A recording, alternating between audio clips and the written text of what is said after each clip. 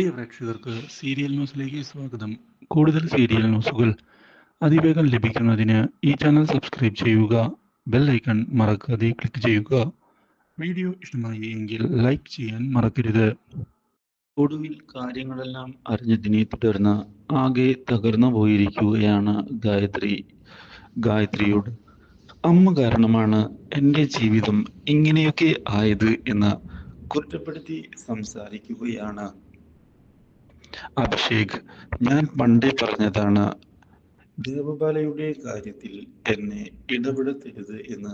പക്ഷേ അമ്മ അത് കേൾക്കാൻ തയ്യാറാകാത്തതിനെ തുടർന്നാണ് ഇങ്ങനെയൊക്കെ സംഭവിച്ചത്.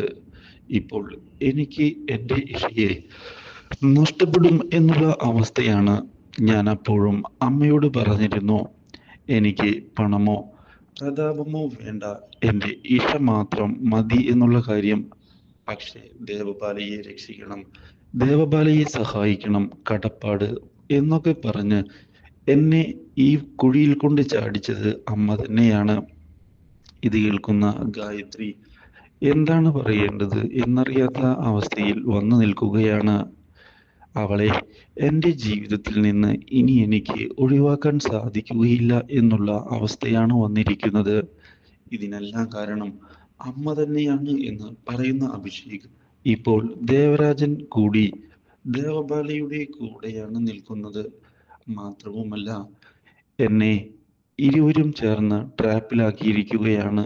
ഒരിക്കലും എനിക്ക് രക്ഷപ്പെടാൻ സാധിക്കാത്ത വിധം ഇനി ഞാൻ എൻ്റെ ജീവിതം അവസാനിപ്പിക്കും, അത് ഉറപ്പാണ്.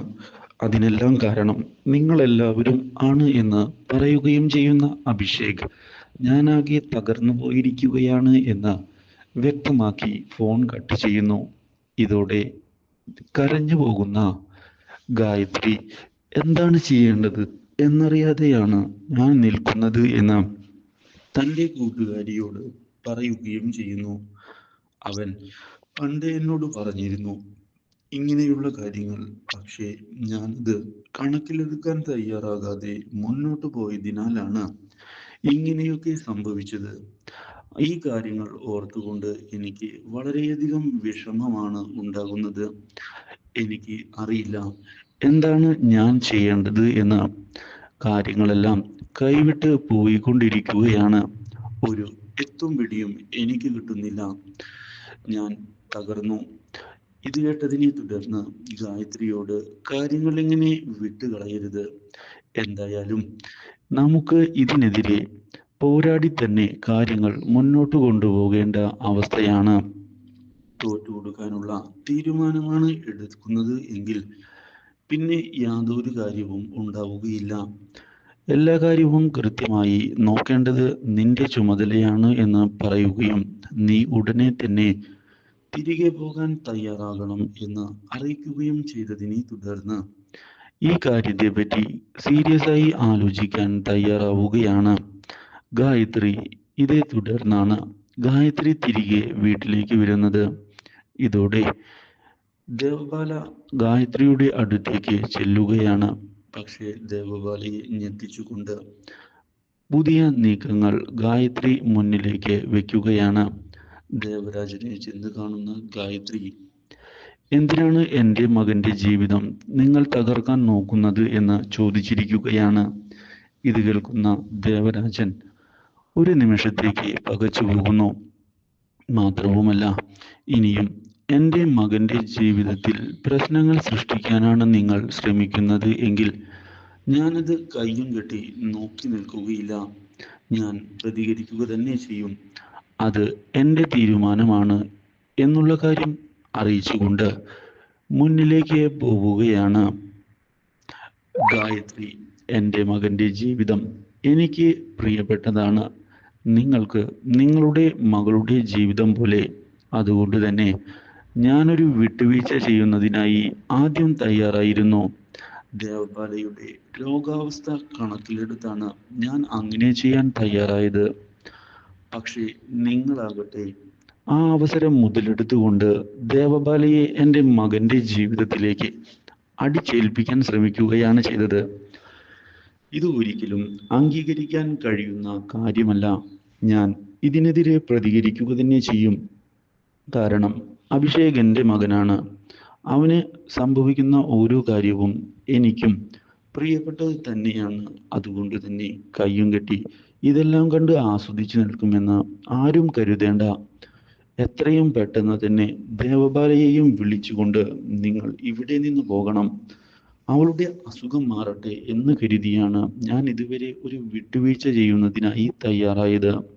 പക്ഷേ നിങ്ങൾ ആ അവസരം മുതലെടുക്കാനാണോ ശ്രമിക്കുന്നത്? ഇത് കേൾക്കുന്ന ദേവരാജൻ, ഞാൻ അങ്ങനെയൊന്നും ചെയ്തിട്ടില്ല. എനിക്ക് എൻ്റെ മകളുടെ ജീവിതം പ്രിയപ്പെട്ടത് തന്നെയാണ്. അത് തല്ലിയുടയ്ക്കാൻ ശ്രമിക്കുന്നത് കണ്ടു നിൽക്കാൻ എനിക്കും ബുദ്ധിമുട്ടുണ്ട്. ഇത് കേട്ടതിനെ തുടർന്ന്, നിങ്ങളുടെ മകളെ അഭിഷേക് വിവാഹം കഴിച്ചിട്ടില്ലല്ലോ, ഒരു സഹായമല്ലേ ചെയ്തു തന്നത്, അത് നിങ്ങൾ മുതലെടുക്കാനാണോ ശ്രമിക്കുന്നത്?